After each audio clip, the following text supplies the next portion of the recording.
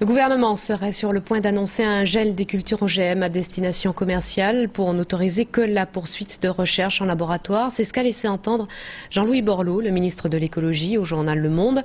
Vivement interpellé à ce sujet par des céréaliers lors d'un congrès à Tours, le ministre de l'Agriculture, Michel Barnier, déclare, lui, que la question n'est pas tranchée. Jean-Marc Cholet. Le ministre de l'Agriculture, Michel Barnier, reçu par des sifflets cet après-midi par les producteurs de grandes cultures réunis en congrès.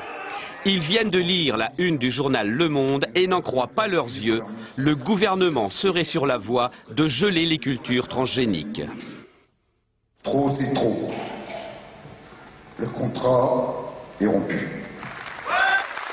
Pour ces producteurs, dont beaucoup sont partisans des OGM, cette déclaration de Jean-Louis Borloo au journal Le Monde est inacceptable alors que le Grenelle de l'environnement doit examiner cette question. Nous aurait planté un couteau dans le dos, ça ne nous aurait pas fait plus mal. On avait grand espoir vis-à-vis du Grenelle de l'environnement qu'on nous avait annoncé depuis quelques mois. On espérait en tirer quelque chose de positif.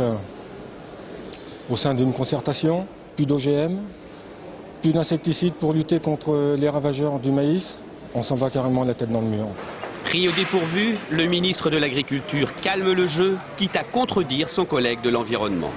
Je vous répète, quelles que soient les discussions et les paroles de tel ou tel ministre qui peut s'exprimer, qu'aucune décision sur ce sujet comme sur les autres du Grenelle n'a été prise aujourd'hui. Cette question n'est pas tranchée.